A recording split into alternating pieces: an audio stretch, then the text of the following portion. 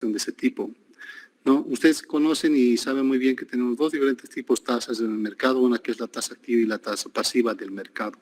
Sí, la tasa pasiva es aquella en la cual que si tú pones 100 pesos en el banco te va a pagar un interés respecto de forma anual a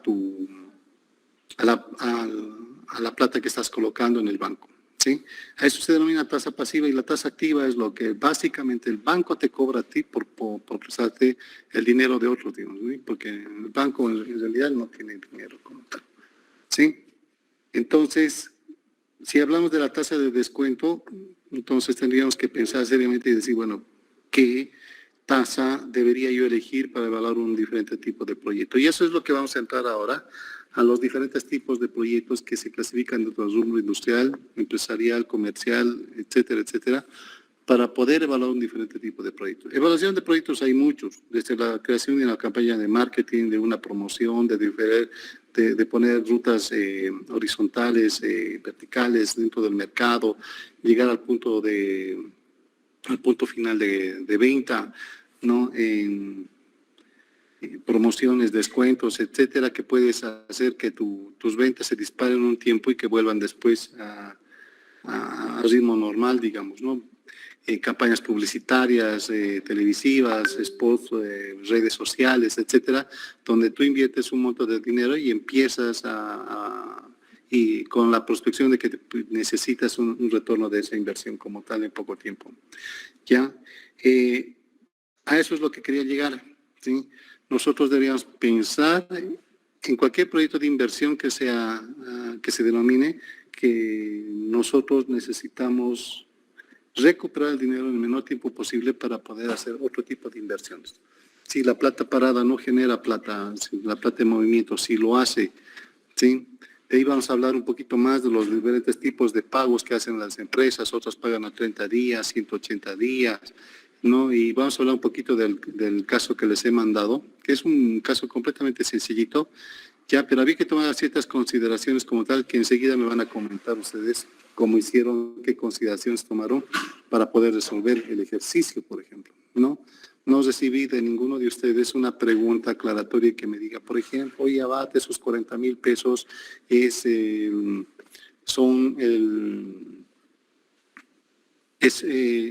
plata de, ¿cómo se llama esto? Es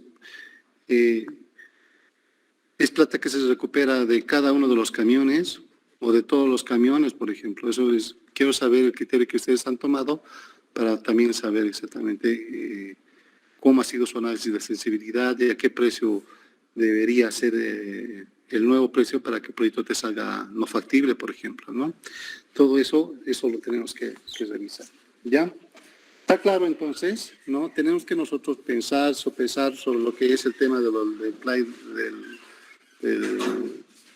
payback, del periodo de repago, y ver exactamente cómo afecta a los diferentes tipos de inversiones como tal. ¿Ya? ¿Está claro? Sí, ya está claro.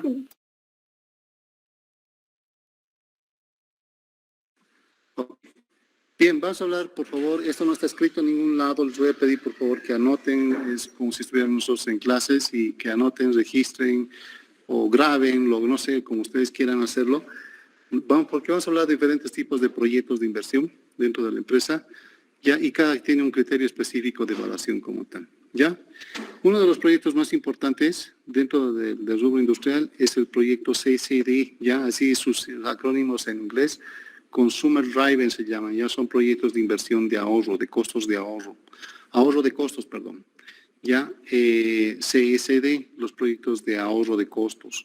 ¿Qué significa ahorro de costos? ¿No? Nosotros tenemos que recordar y ver todo lo que es la estructura de costos como tal dentro de una compañía, y para eso tenemos que recordar todo cómo es el estado de resultados de la compañía, y que si ustedes recuerdan tenemos los ingresos, menos los costos variables, menos tenemos los ingresos menos los costos variables, tenemos el margen de contribución. Al margen de contribución restamos los costos fijos y tenemos tenemos lo que se denomina el EBITDA de la compañía, que son los beneficios antes de impuestos, tasas y amortizaciones, por ejemplo. ¿Ya? Ahí se va descontando todo lo que es amortizaciones, intereses, tasas, y al final calculo lo que es el EBT o el flujo como tal, ¿no? Y vuelvo a sumar lo que es el tema de las amortizaciones, porque no es algo no es un monto tangible al cual yo erogo, ¿ya? Y al final tengo el flujo de caja final. Pero lo que quiero abarcarme al principio es justamente lo que es los costos, ¿sí? Los costos variables en este caso y los costos fijos de la empresa, ¿sí? Los ahorros van de ese lado, tanto a los costos fijos como a los costos variables. Si empezamos a hablar de los costos variables, se habla de tres términos bien importantes que son, por ejemplo, los costos de mano de obra, los costos de materia prima e insumos, y los otros gastos de fabricación, que son los energía, gas y agua, por ejemplo, que se necesitan ya sea para producir una unidad de chorizo, una unidad de pan, o una unidad de venta de un producto como como una prenda de vestir, que también se consumen, que hay costos energéticos, aunque sean mínimos, pero sí los hay, ya sean los costos de iluminación del galpón, del taller, de las máquinas que vayan a utilizar, etcétera. Hay consumo y por lo tanto se tiene que cuantificar, ¿no? En el rubro industrial aproximadamente el 70%, ¿no?, de los costos totales se presentan los costos de materia prima. Aproximadamente el 25% representan a lo que son los costos de mano de obra, al 3% de los otros gastos de fabricación y al 2% de lo que son los costos fijos como tal. Así que, bueno, estamos hablando de un promedio general de lo que son los rubros industriales. Así que el primer proyecto de inversión que estamos llevando ahorita, que es los proyectos de reducción de costos, van específicamente y atacan a lo que son los costos variables y los costos fijos. ¿Dónde encuentro yo una oportunidad de mejora? Por ejemplo, en minimizar los costos, ya sea de materia prima, mano de obra y otros gastos de fabricación. Y en lo que compete a la parte de la parte de automatización, que es nuestra materia, va justamente a esos tres rubros, que es justamente costos. ¿Cómo puedo reducir con automatización yo los temas de costos de mano de obra? Obviamente con la adquisición de un nuevo equipo mucho más moderno, que tenga mayor productividad, mayor generación de volumen, con menor utilización de recursos de mano de obra, por lo tanto la productividad va a ser mayor, menor error en los productos terminados, ¿no? Una mayor confiabilidad, menores tiempos de entrega, etcétera, etcétera. No, los beneficios como tal lo vamos a discutir en la primera clase y por lo tanto esto hace que el proyecto sea factible. Estamos atacando solamente los costos de mano de obra desde el punto de vista de mantenimiento. Si no fuera mantenimiento y estamos hablando desde el punto de vista general de lo que es lo que son la gestión misma empresarial o la gestión de operaciones como tal, podría hablar yo de muchas otras cosas más sin meter de por medio de lo que es la automatización, como por ejemplo empezar a buscar nuevas alternativas de materia prima a un menor precio, ¿sí? Cuando estuve yo trabajando en Coca-Cola, justamente teníamos un tema en el cual nosotros teníamos que lograr un ahorro importante en el consumo de azúcar, ¿no? Y habíamos visto cómo desdoblar, cómo podríamos nosotros sustituir el azúcar, ¿no? Habíamos pensado en stevia, azúcar desdoblada, ¿no? Y empezamos a estudiar los diferentes tipos de costos, hacer la evaluación de cada uno de estos reemplazos que se tienen, ¿no? Y al final habíamos decidido reemplazarla por jarabe de maíz, sin que eso implique un cambio en el sabor del producto, porque si estoy logrando cambios en el sabor, el proyecto directamente ya por temas de calidad y estandarización del producto no es factible por muchos ahorros que te generen. Ya en ese entonces habíamos decidido que el jarabe de maíz era la mejor opción, pero para poder producir con jarabe de maíz se necesitaba toda una infraestructura, todos unos tanques de acero inoxidable de aproximadamente 6.000 litros cada uno, 2 tanques como tal, bombas, llaves, ¿no? Tuberías inoxidables, mangueras, ¿no? Sanitarias, todo eso se tenía que tomar en cuenta en el proyecto de inversión, ¿ya? ¿Todo con qué? Con el objetivo de poder minimizar, ¿no?, el precio, ni siquiera la cantidad, el precio de la materia prima o insumo A y reemplazarla por la materia prima insumo B, ¿sí? Eso era importante. Sí, por favor, les voy a pedir, si no me están cogiendo la idea, si no están agarrando la idea, por favor, me paran y voy a tratar de explicar bajo otro contexto para que se entienda un poquito mejor. ¿ya? Pero no se queden con la duda, por favor. Entonces necesitaba en ese entonces recurrir a un ahorro, necesitaba un ahorro como tal, ¿no? Y el proyecto era específico, ¿no? Sustituir la materia prima A por la de B. La A vale 10 pesos, imaginemos, y la B vale 2 pesos, ¿no? El diferencial de precio tenemos 8 bolivianos, y eso generaba un ahorro multiplicado por la cantidad, que era exactamente la misma, ¿no? Te generaba un mayor ahorro como tal, ¿sí? De esos proyectos que les comento, hemos generado muchos otros, ¿no? Pero también se tiene que ver también la factibilidad del mismo.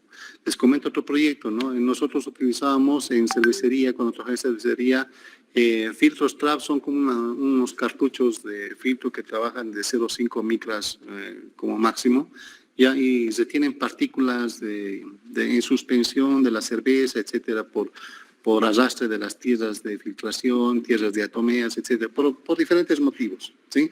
Incluso por el mismo mal cocción de la malta, puede generarte velos proteicos, lo cual hacen que se vea como unas telas flotando dentro de la cerveza y da un aspecto feo y hasta asqueroso, digamos, ¿no? Lo cual hace que el producto sea rechazado en el mercado y que después una venta se pierda y se pierde 1000, y eso hacía que no podíamos salir con un producto de esas características como tal.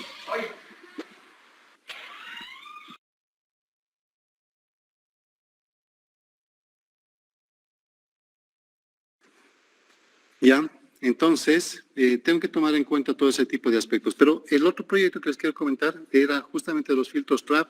Utilizaba yo unos 20 filtros trap por cada 100.000 hectolitros, ¿no? Y cada filtro costaba aproximadamente $100, ¿sí?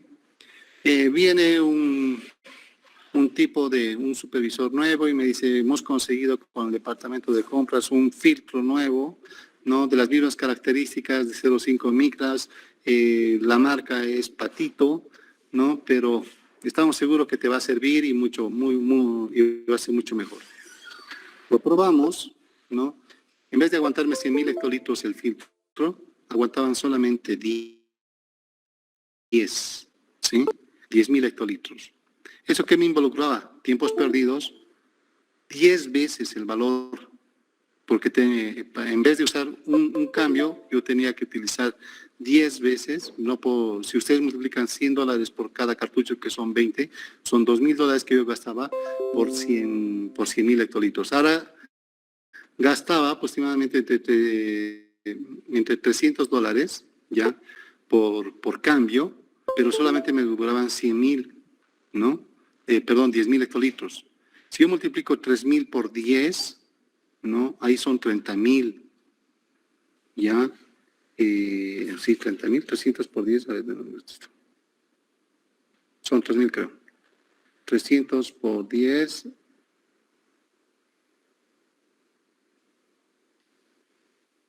Ay, Diosito. Son 3.000. Eso involucra un gasto adicional de $1.000 por cada cambio. Sí, perdón, por cada 100.000 hectolitros, ¿no? Y lo cual hacía que el proyecto no te sea factible. El reemplazar una materia prima o insumo por un producto A, por un producto B, mucho más económico, no debería afectarte las condiciones en las cuales estás operando prácticamente. Sí, debería ser siempre para mejora. Por lo tanto, el proyecto fue abortado, reemplazado, se había aprobado, etcétera, y no servía para nada. El chico que había hecho la evaluación de proyectos en la cual decía que se iba a tener un ahorro y un van interesante, había tomado la consideración de que también los cartuchos chinos, la marca Patito, te duraban también 100.000 hectolitros y un poco más, ¿ya? El ejemplo que les doy de los dos proyectos que son los dos extremos, digamos, eran realmente, había que analizarlos muy a detalle para poder exactamente decidir si estos proyectos van o no. Ahora pueden ser conjuntos, puede ser una reducción de precio y una reducción de cantidad, ¿sí? Si yo reemplazo el jarabe de maíz y en vez de utilizar 10 kilogramos de azúcar y ahora imaginemos que es una relación 1 a 1, ¿no? Entonces, también necesitaría 10 kilogramos de azúcar de jarabe de maíz, ¿ya? Entonces yo puedo decidir también, ¿no?, que se mantienen las características técnicas de calidad si yo reduzco a 5. Entonces el proyecto sale mucho más factible y entonces, o mucho más atractivo para lo que nosotros estamos pensando. Pueden ver en este caso las dos combinaciones, ¿sí? Precio y cantidad. No se olvide, precio por cantidad es costo y por lo tanto yo necesito atacar el precio y costo de qué, de materia prima, mano de obra u otros gastos de fabricación como tal. Los costos fijos es un poco más complicado porque los costos fijos no dependen de una unidad de producción o un volumen de producción como tal. Siempre se manejan por intervalos y decir, no, es válido de 0 a 2.000, ¿no? Los costos fijos siempre van a ser este valor, digamos, ¿no? Pero ¿cómo puedo reducir yo los costos fijos? Simplemente es con historial y objetivos de reducción año a año, ¿no? Los costos fijos siempre van para la baja independientemente de lo que se haya gastado o de la inflación que se haya tenido en el dinero como tal. Idealmente, los costos fijos deberían ser 0, como dice la filosofía Chidoka, pero no siempre se puede, no siempre hay cosas que salen y de por medio, los alquileres, no se puede gestionar de esa forma. Por lo tanto, los proyectos de reducción de costos, los SD, los Consumer Driving, ya se llaman, se tienen que hacer un tipo de evaluación de proyecto, ya sea por reducción de precio, cantidad, ya de materia prima, mano de obra y otros gastos de fabricación y en algunos casos de costos fijos para poder hacer una evaluación. ¿Pero a qué tasa? La tasa de descuento que se tiene que tomar en cuenta tiene que ser igual, por lo menos a la tasa activa del mercado. La tasa activa del mercado, si mal no recuerdo, está en 12.06 si no me equivoco. Ya, los proyectos de inversión social se evalúan a 12.68 según la normativa que dicta el gobierno también. Todos los proyectos sociales que hace el gobierno se evalúan a esa tasa del 12.68 si no me equivoco. ¿Ya? Entonces, mínimo yo tengo que evaluar a una tasa activa del mercado del 12%, y tengo que tomar un factor de riesgo que se llama la tasa de riesgo, dependiendo de las condiciones macroeconómicas y microeconómicas del país. Por ejemplo, si la situación hubiese sido justamente cuando Evo Morales escapó del país, hizo el fraude, etcétera, y otras cosas más, ya, o según la opinión de otros, hubo golpe, etcétera. No vamos a discutir en ese momento eso, ya. Pero las condiciones en ese momento del país eran críticas, ¿no? Saqueos, convulsiones, amenazas de guerra civil y otras cosas más, ¿no?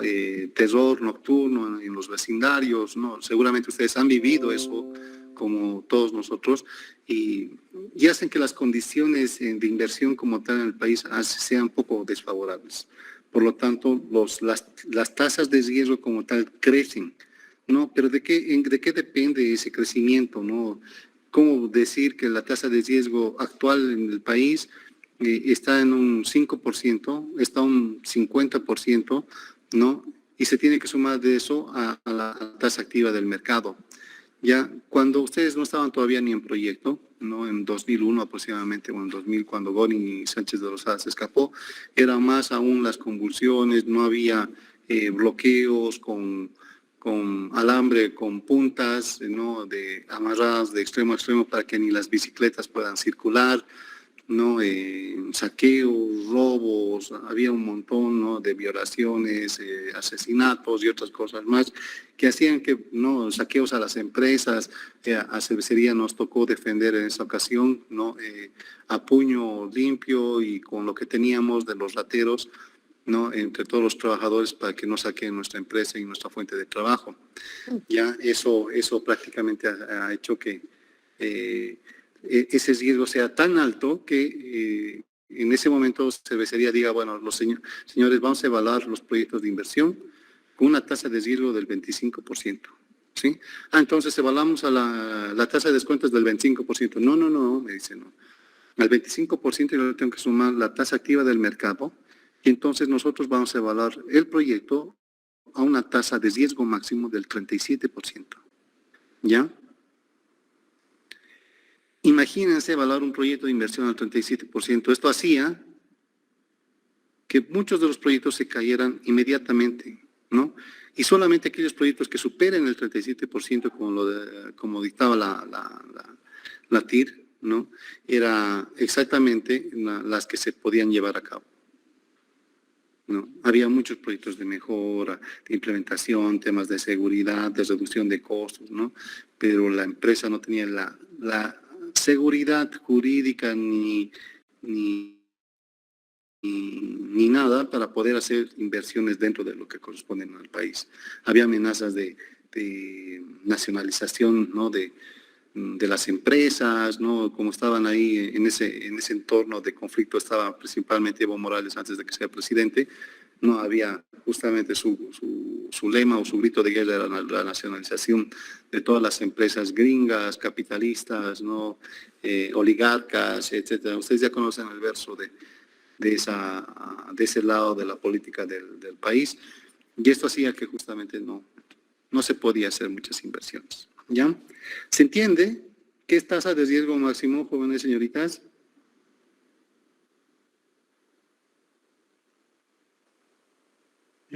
Sí, ingeniero. Bien, Arturo. Denilson, explícame qué es tasa de riesgo máximo.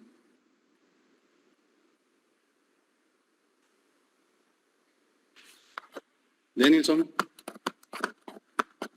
Tienen que estar atentos, jóvenes. Denilson a la 1, a las 2 y a las 3. No está Denilson, ¿no?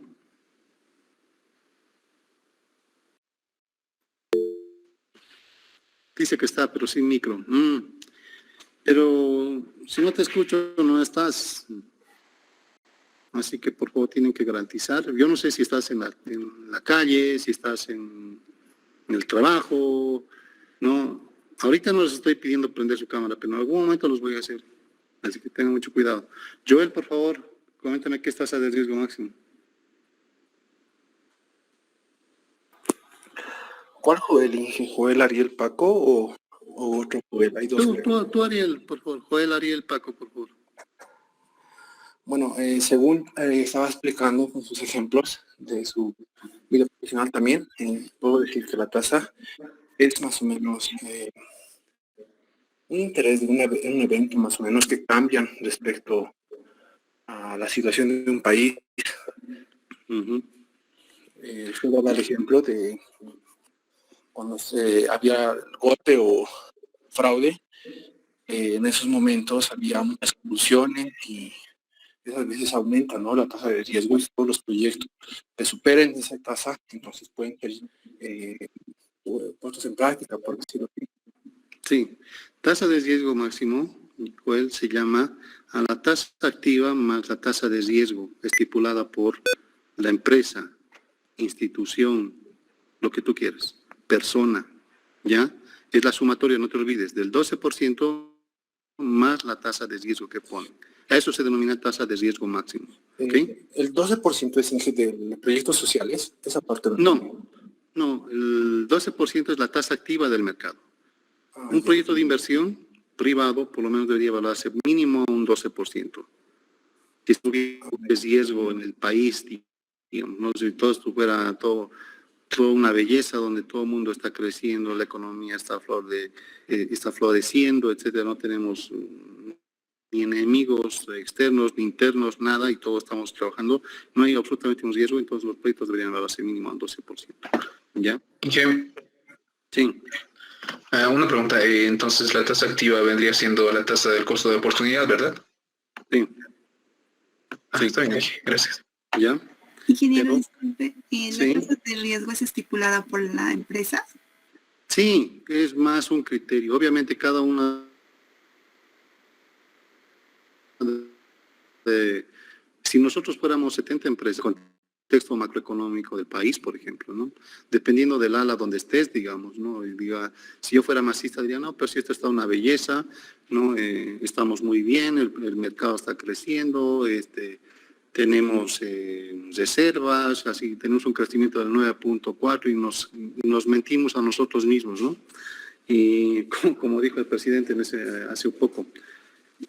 Y digo, bueno, no hay tasa de riesgo y bueno, para mí voy a aumentarle un 2% más, digamos, y evalúo mis proyectos a un 4%. Pero los empresarios privados, donde ven riesgo de nacionalizaciones, de que a los trabajadores se les han dado muchas alas y que ya prácticamente quieren ser los dueños de las empresas, como ya ha pasado en otras empresas como tal, donde ha pasado a manos de los trabajadores, ¿no? El empresario puede decidir que esa tasa de riesgo es mayor. Todo depende del criterio de cada persona o empresa, de qué tasa de riesgo va a asignar como tal. ¿Ya?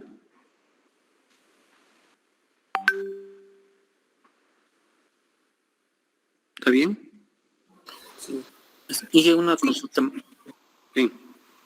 Y la tasa, el TRE que pone el que pone el Banco Central, ¿tiene alguna relación con la tasa de riesgo? No, el TRE, bueno, a ver, no recuerdo bien lo que es el tema del acrónimo mismo del TRE. Ya, a ver, déjame ver.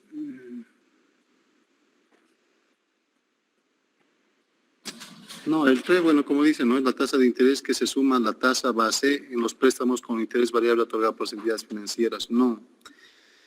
Bueno, el TRE tiene un comportamiento, hacen un cálculo respecto a los diferentes tipos de tasas que se tienen y hay una fluctuación, una variación y varían, ¿no? Y van aumentando a ese 12% o algo más, digamos, ¿no? Como dice acá, está en función a los préstamos y eso no estamos hablando nosotros en este momento de préstamo, como estamos hablando de una tasa de oportunidad para un proyecto de inversión.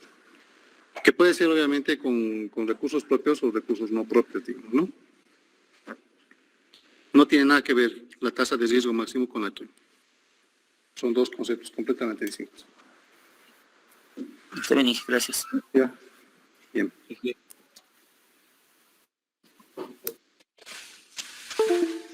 Bien, amigos.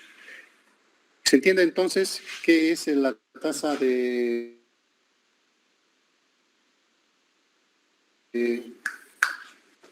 reducción de costos? ¿No? Tenemos que evaluación de cantidades para obtener obviamente un costo menor, ¿no? Y con eso se paga un proyecto de inversión que puede no tener una necesidad de inversión por una instalación de equipos o maquinaria adicional que se necesite, por ejemplo. Cuando estuve en Delicia, ¿no? Era el mismo problema, siempre el problema del azúcar, de la leche, era un proyecto realmente completamente alto, ¿ya? Recuerdo que habíamos hecho un proyecto de evaluación de la sustitución de la leche de recolección del altiplano. Se recolectaba aproximadamente 66,000 litros por día, ¿no? Para la producción de Delicia. Para eso se tenía un contrato con productores lecheros de diferentes regiones del altiplano, como Huaki, qué sé yo, Tiwanaku, ¿cómo se llama? Donde te pescan con machete. Los ponchos rojos son de ahí. ¿Cómo se llama? Achacachi. Achacachi, sí, Achacachi, ¿no? Donde realmente son bien conflictivos los señores, ¿no? Los ponchos rojos y todo aquello. ¿Ya? Se recolectaba siempre leche, los carros de Delicia salían a las 3 de la mañana, llegaban a sus puntos de acopio, recolectaban la leche, ¿no? Y la leche se les pagaba 3.50 bolivianos, como te decía el gobierno, porque el gobierno había establecido ese precio de 3.50 bolivianos, si es que la empresa que quería acceder a ciertos beneficios que te daba el poder pagarles a 3.50, digamos.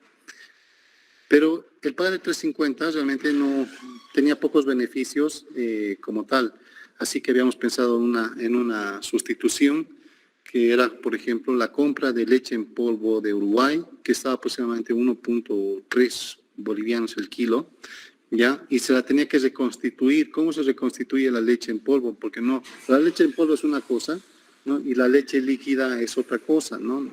La leche en polvo está exenta, se le quita gran porcentaje de la grasa como tiene, la grasa propia la leche, se la seca, bueno, y se la fioliza, ¿cómo se llama? Liofilización creo que se llama, y se obtiene la leche en polvo, ¿ya? Pero para poder reconstituir la leche en polvo se tiene que agregar manteca vegetal, se tiene que adicionar algunos otros químicos como tal y se obtiene leche. Se obtiene la leche de similares características de calidad y por lo tanto el costo de producción total era de 1.7 bolivianos por cada kilo o litro. Ya vamos a suponer en este momento que el kilo y litro de la leche es exactamente igual, ¿ya? Y entonces era el super negocio, pero no se ha podido llevar adelante ese proyecto por un tema social, ¿sí? El quitarles de la noche a la mañana la sustitución de la leche líquida por la leche en polvo, pues realmente complicado. No sé si ustedes recuerdan en ese momento, en el 2015 aproximadamente, hubo marchas donde también con empresas como PIL, que es una de las más grandes, ¿no?, de una transnacional como Leches Gloria, tenía problemas justamente de coordinación con sus productores. Ellos habían decidido directamente cortar, digamos que a Marco Antonio le decían, ¿no?, él vendía 60 litros por día y yo vengo de PIL, oye, yo PIL le digo a Marco, ¿sabes qué? Te voy a comprar 20 litros al precio de 3.50 y los otros 40 que tienes, si quieres me lo vendes a 1.40, ¿no? Y Marco, le digo, ¿no? Y Marco teniendo todas las vaquitas en producción a full, no es pues a las vacas darle la llave y decir, bueno, ya no hay leche, digamos, ¿no? Se sigue produciendo la leche. Al principio Marco no aceptó y dijo, bueno, no, yo prefiero producir quesos, ¿no? Pero se inundaron el mercado de quesos, no había se abarataban los costos demasiado, el precio de venta del queso llegó realmente a precios irrisorios, ya no era factible. Entonces Marco decidió vender su ganado, ¿no? Y al vender el ganado se gasta la plata, no es lo mismo, ¿no?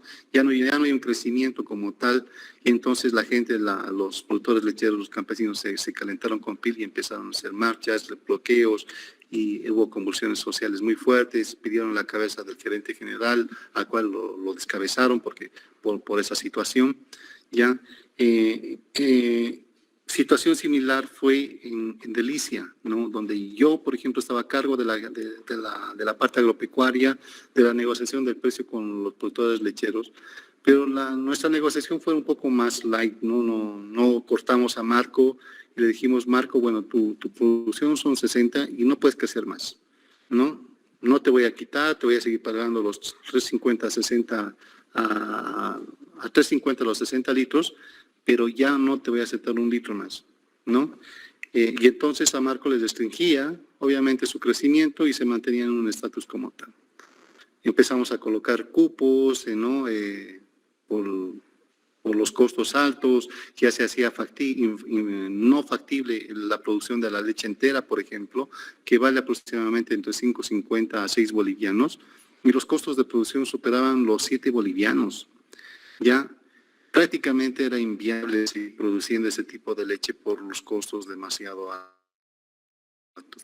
Y por lo tanto, la empresa pierde y ninguna empresa quiere perder, no quiere ganar siempre para poder subsistir en el tiempo, ¿no? Para poder dar un beneficio, ya sean a los propios accionistas y también a la gente consumidora. Así que hubo una serie de problemas, etcétera, y al final se pudo negociar un precio final de 3 bolivianos por leche, ¿no? Se liberó los cupos, hubo un buen acuerdo, etcétera, etcétera, ¿no? Con un ahorro de más de $1 millón anuales para la empresa, y eso hacía que la venta de la leche sea factible. ¿El por qué aceptó la empresa ese tipo de situaciones? Porque la leche reconstituida también, ¿no? La grasa vegetal estaba subiendo de precio, ¿no? Y hacían que ese monto de unos 7 se elevara casi aproximadamente a 3 bolivianos, 2.90, 3.10, ¿no? Y por lo tanto fue factible para la empresa poder hacer eso. ¿A qué me voy con todo este contexto que les doy? ¿Sí? Que los proyectos de inversión como tal de reducción de costos van a depender de muchas situaciones, ¿no? Propias de cada empresa, ¿no? Pese a que PIL y Delicia producen leche, la situación fue manejada completamente distinta una y otra empresa. Delicia nunca tuvo conflictos, PIL sí. ¿Ya? Y eso hace justamente por el manejo que se hace, que ustedes van a hacer al momento de gerentar una empresa, al tener todas estas armas de poder decidir si vendemos o compramos, perdón, si compramos una materia prima a un precio determinado o la sustituimos por otra a un menor precio. Tienen que tomar cuestiones sociales también, no solamente económicas, cómo van a afectar en la vida del campesino, ¿no? Porque detrás del campesino, del jefe de familia, ¿no? Que puede tener de 2 a 6 guaguas en el campo, por ejemplo, ¿no? Hay toda una familia por detrás, ¿no? Y el que le falte, el que no le pague la leche, ¿no? O les restrinja en cupos o les restrinja en plata, esto va a hacer justamente que sus ingresos bajen, su calidad de vida baje, que saque a los chicos del colegio y los ponga a trabajar. Son muchas cosas que hay que tomar en cuenta antes de tomar una decisión final como tal, ¿sí? Esos son los proyectos de reducción de costo, ¿ya? Obviamente necesitan de una evaluación económica donde esté principalmente el payback, el BAN y el TIR, ¿ya? Para decidir exactamente si es factible este proyecto. No se olviden que estos proyectos necesitan obviamente de una tasa de riesgo máximo, que es justamente la tasa activa más una tasa de riesgo asignada por cada empresario o empresa, para poder evaluar estos proyectos, ¿sí? Que va a depender de las condiciones macroeconómicas, sociales del país que les decía, ¿ya? El segundo tipo de proyecto de inversión se llaman los proyectos CPD, Capacity Driving, son los proyectos de capacidad que se tienen dentro de una empresa. ¿Sí? ¿A qué se refieren los proyectos de capacidad? Dentro de cualquier planta, y esto ha sido tema de inicio de la materia, ¿no? Cuando les pedía un diagnóstico, ¿no? ¿Cómo harían un diagnóstico de nivel de automatización de una planta industrial? ¿No? Lo primero que ustedes deberían poder hacer es justamente determinar la capacidad productiva de la planta. ¿Por qué? Porque cuando yo determino la capacidad productiva de una planta, yo puedo determinar los diferentes cuellos de botella que tiene la planta, ¿sí? Y saber exactamente si está o no está balanceada la línea de producción, ¿no? Ya sea con la asignación de recursos de mano de obra o equipos, ¿no? Para poder mantener un volumen de producción específico. Ustedes han llevado ingeniería de métodos y ustedes saben muy bien qué pasa con un cuello de botella, ¿no? Se van acumulando productos, van retrasando, van colocando tiempos de parada en la línea, se hace más ineficiente, ¿no? Los procesos se hacen más altos, etcétera, etcétera, y eso hace que justamente no sea productiva, no sea eficiente la producción, y eso hace que se pierda plata dentro de la compañía. Los proyectos de capacidad van justamente de la mano, pero para eso hay que hacer una evaluación. Yo no sé si han llevado en gestión de la producción, no sé cómo se llama ahora, o gestión de operaciones, que llevan con el ingeniero Pandó. Ya deberíamos hacer un análisis de capacidades, no solamente del área técnica o del área productiva, sino también del área de almacenamiento. Cuando nosotros hacemos un análisis de capacidades tanto de la planta como del almacén, se llama mapa de reservas, ¿sí? Se llama mapa de reservas en la jerga ingenieril, ¿ya? ¿Qué significa un mapa de reservas? Que yo determino la capacidad productiva y sumo la capacidad de almacenamiento. De nada me sirve tener una capacidad, qué sé yo, de 100.000 unidades por hora, si mi almacén no tiene ni 1.000 unidades por hora. ¿Dónde meto las 100.000 unidades si no tengo dónde meterlas, ¿no? Tengo que tener bodegas, almacenamientos, alquiler de depósitos, etcétera, para poder meter todo lo que yo estoy produciendo. Y es por eso que hace una relación y una evaluación conjunta entre lo que es la capacidad productiva técnica y la capacidad productiva de almacenamiento. ¿Ya? La capacidad técnica de almacenamiento. No se puede dividirla. Se tiene que hacer un análisis conjunto. Y eso, una vez más, se llama mapa de reservas. ¿Sí? Mapa de reservas. Cuando mi mapa de reservas y la capacidad versus la demanda esté por encima, la capacidad productiva esté por encima del 5%, ¿sí? Esté llegando al 5%, imaginemos que mi capacidad, mi mapa de reservas es,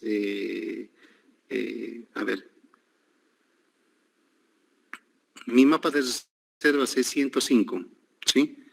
Y mi demanda es 100. Tengo 5,000 todavía para poder hacer frente a la demanda. Si mi demanda crece a un 105, ¿sí? Es igual a lo que es la capacidad del mapa de reservas, entonces ya estoy en problemas de capacidad. Tengo que sustituir algún equipo por otro para obtener una mayor velocidad como tal, ¿sí? Y poder generar mayor producto en la misma cantidad de horas, ¿sí?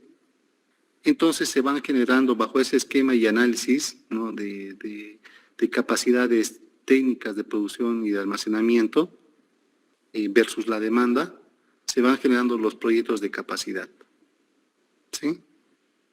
Que prácticamente es la sustitución o la ampliación, o la adición, ¿no? De una línea nueva, productiva, que vaya a coadyuvar al volumen de producción entregado y podamos cumplir con la demanda que nos exige el mercado, ¿ya? Esos son los proyectos de capacidad. Y obviamente ahí, desde el punto de vista de automatización, entra, ¿sí? Yo no voy a sugerir una máquina, ¿no? que duplique la capacidad si voy a utilizar el doble de trabajadores que tengo en la línea actual, digamos. Si voy a ampliar, sustituir o cambiar, ampliar, una línea de producción, lo más factible es que me vaya a la parte tecnológica y que sea completamente automatizada con la menor cantidad de recursos humanos, lo cual me va a permitir un segundo impacto dentro de la estructura de flujo de caja para reducir la mano de obra, ¿sí? El costo de la mano de obra. ¿Se está entendiendo, ladies and gentlemen? Sí, ya se entiende. Bien.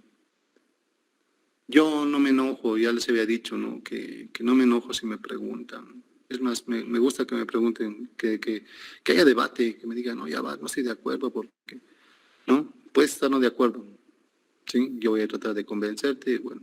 Aquí no es un tema de posiciones o situaciones en las cuales digan, no creo que sea así, digamos, ¿no? Son criterios en los cuales tú evalúas un proyecto, sí. En este caso también es importante saber la capacidad instalada y la utilizada, ¿no? por la empresa para determinar posteriores quizá alternativas de producción o bueno, lo que se quiera implementar en la empresa. Sí, qué bueno que tocas el tema, Natalie, porque una cosa es la capacidad técnica instalada y otra es la capacidad utilizada, por ejemplo, ¿no? Si yo tengo una capacidad técnica de 1000, ¿no? O de 900 unidades por hora y después solamente tengo un turno, solamente estoy utilizando 300 de las 900, ¿ya? Cuando nosotros hacemos un estudio de capacidad, lo hacemos siempre al régimen laboral permitido sin la generación de horas extras, por ejemplo, de lunes a sábado, 48 horas semanales, etc. Si hay después necesidad de trabajar en domingos o horas extras adicionales, eso ya es un pago extra que tiene que estar plasmado en las partes de la parte contable como tal. Pero un análisis de capacidad siempre se realiza a una capacidad máxima de uso, ¿no? Que está de acuerdo justamente a lo que es el horario de trabajo, en este caso 48 horas semanales. ¿Sí? Algunas empresas trabajan 45, pero son por temas de conquistas laborales, internas, etcétera, pero todo lo que genera, lo primero que yo, siendo ustedes, si les digo, por ejemplo, vayan y evalúen la capacidad técnica de una planta, lo primero que te deben preguntar es ¿cuántas horas trabaja por semana la empresa? Te van a decir 45, 48, 40. Son situaciones en las cuales yo, si me dicen 40, yo arriba de las 40 horas ya la considero como hora extra. Y entonces evalúo mi planta de producción solamente 5 días de 8 horas, por ejemplo. Sábado y domingo lo tomo como producción de horas extras. ¿Ya? Todo eso se tiene que tomar en cuenta. ¿Se entendió, Natalie? Sí, se entendió. Gracias. Gracias. Dije, una Sí. consulta.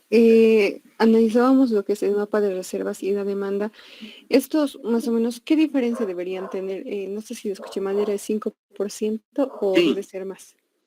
No, no más del 5%. Ya, si bajas, obviamente es más, ¿no? Si es mucho más tu mapa de reservas es, qué sé yo, del 200%, digamos, ¿no? Perdón, de 200 unidades, 200.000 unidades, y tu demanda es solamente de 100, todavía tienes tiempo y no puedes pensar en proyectos de capacidad. Ya tienes la capacidad necesaria para producir 100.000 unidades, 100.000 unidades más, ¿ya? Pero si baja, si hay un margen del 5% respecto a la demanda, ahí tienes que empezar a preocuparte. ¿Por qué una maquinaria no se compra del día a la noche?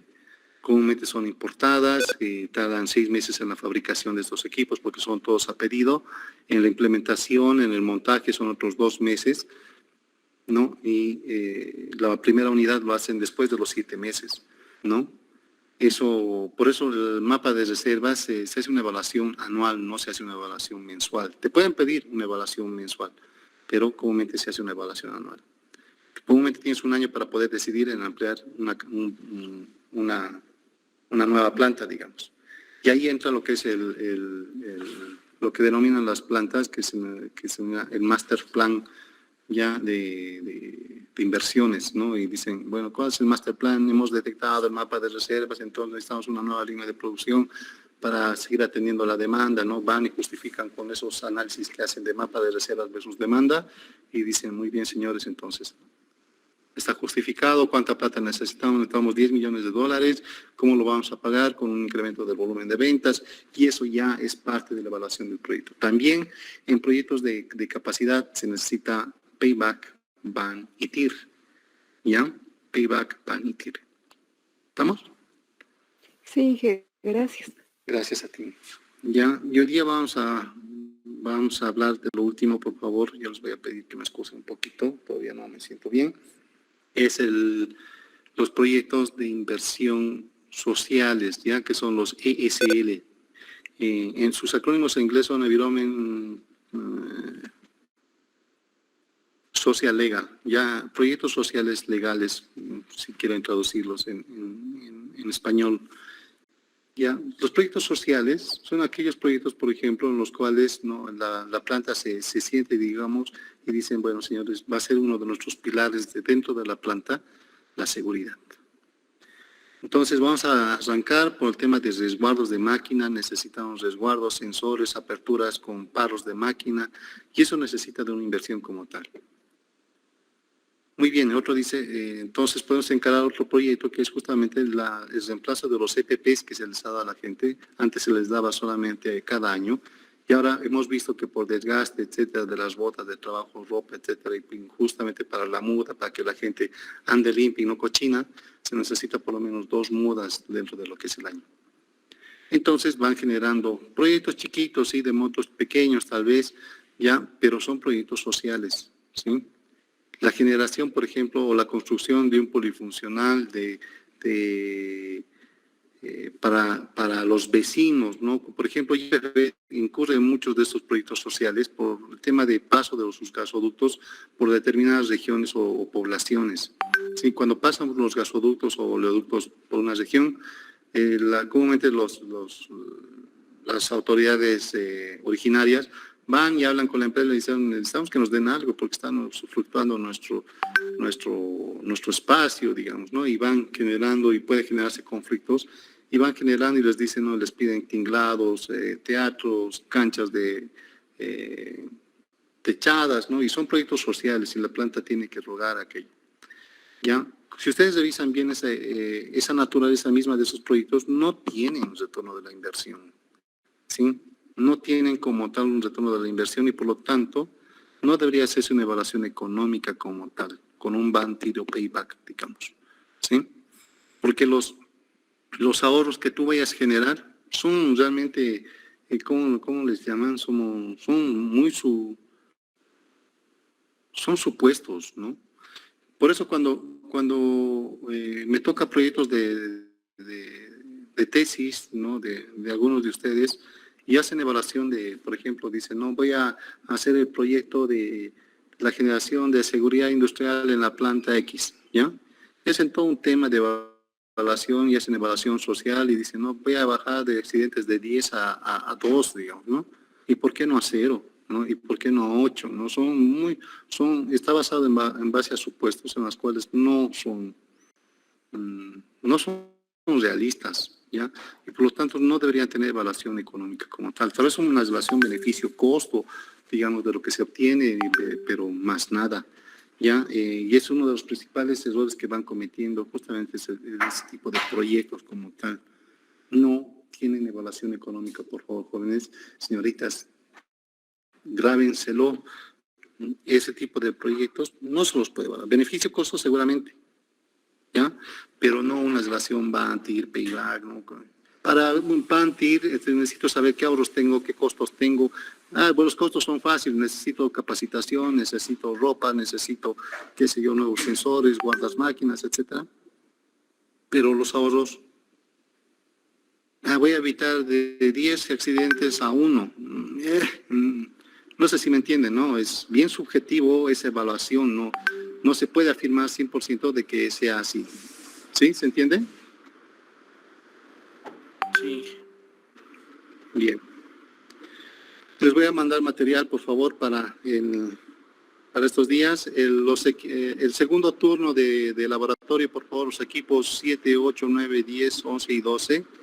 Ya, en los horarios de hora y 20 minutos, por favor.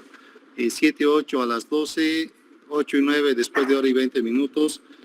El 10, el 11 y el 12 después también de hora y 20 minutos del anterior. Deben estar mañana en laboratorio, por favor. Les voy a pedir eso. ¿Ya? Está bien, Inge. Está bien, Inge. ¿Listo? Bueno, me disculpo con ustedes. Continuamos el día martes. Fijamos los horarios de recuperación ya. Estos días que he estado enfermito van a pegar en el alcance de la materia, así que necesito recuperar. Espero poder coordinar un buen horario para poder recuperar estas clases. Nada me obliga a recuperar, pero yo sí quiero hacerlo porque no nos va a alcanzar el tiempo. Bueno, por favor. Está bien. Sí, está bien. No se preocupe. Sí, está bien. El martes coordinamos o yo quisiera, la verdad, recuperar el laboratorio el día martes. A mediodía los equipos 1, 2, 3, mediodía. ¿Se puede?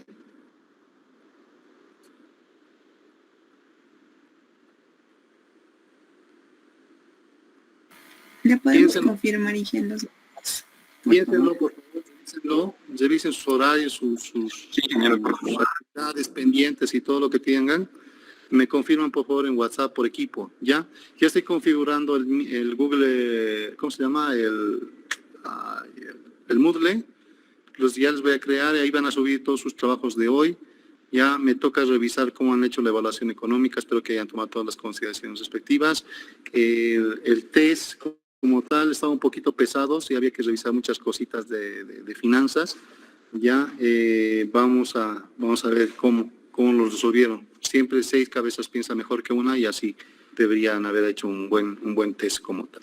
¿Listo? Entonces nos vemos con los equipos 7, 8, 9, 10, 11 y 12 el día de mañana. Un abrazo, cuídense, Dios los bendiga. Gracias, Inge, igualmente. Gracias, Inge. Hasta luego. Hola, Marta.